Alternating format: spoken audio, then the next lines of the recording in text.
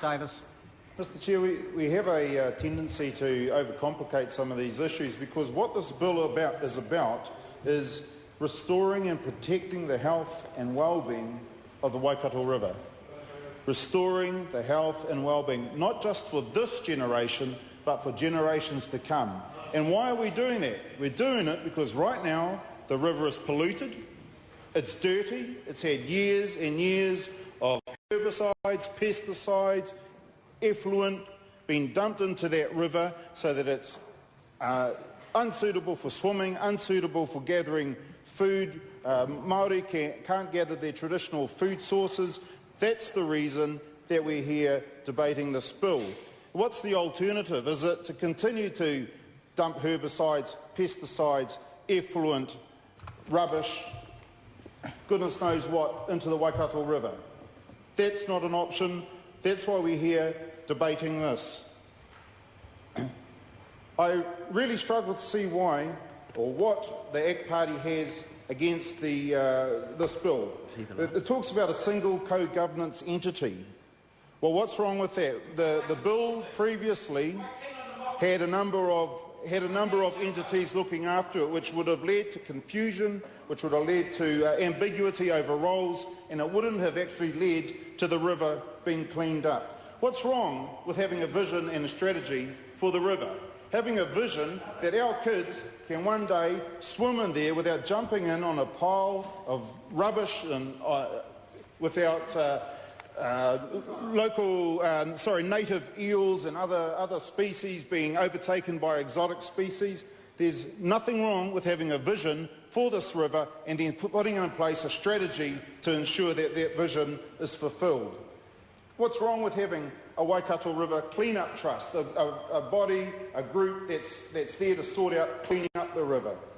What's wrong with iwi participating in the resource consent making concerning the Waikato River? Because it's that attitude where Māori shouldn't have the right to do this, or that's just wrong, and it's that sort of reason, it's that sort of argument that builds up resentment and anger within Māori, because we've been excluded from decision making over our resources for way too long. And I believe that this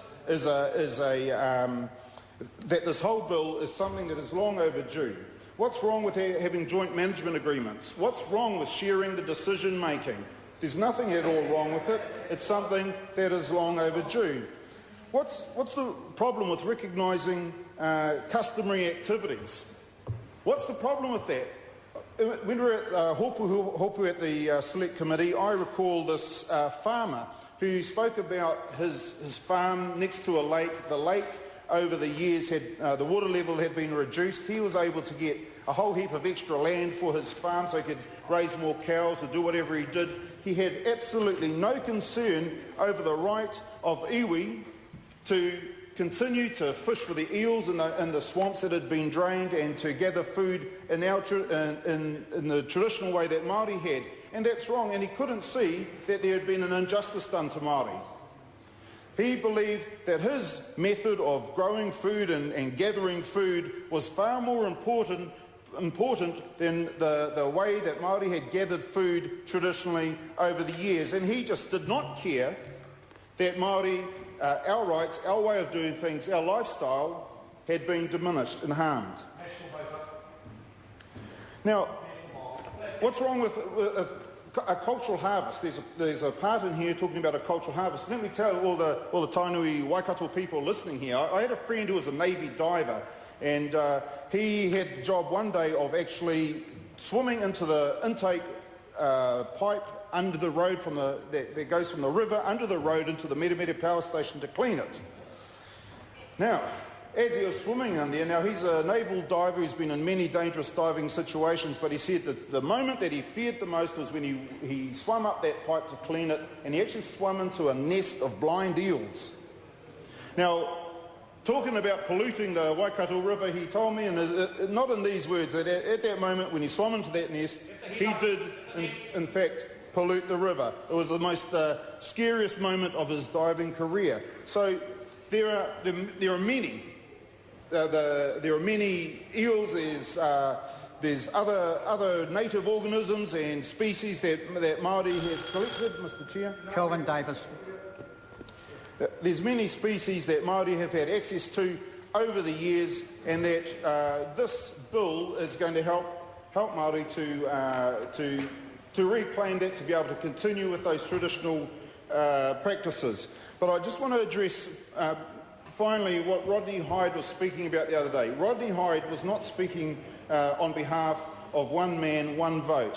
What Rodney Hyde was speaking about was the hocus pocus. Those were his words, the hocus pocus of the Māori understanding, the Māori relationship with the Waikato River.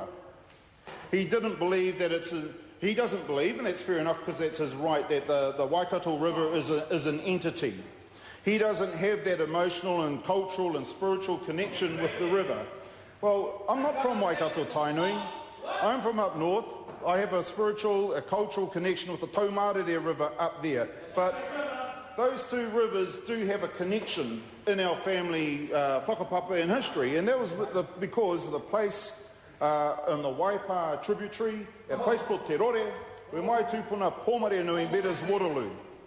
That was a place where he was camping overnight, and unfortunately for him, a few of his Tainui enemies caught up with him and happened to kill him. It's said that when they were preparing him for dinner, that inside his stomach, he had just had that morning had a meal of corn, and there were corn kernels inside his stomach, and they took those and replanted them, and from there the corn crops from Tainui, from around Waikato grew.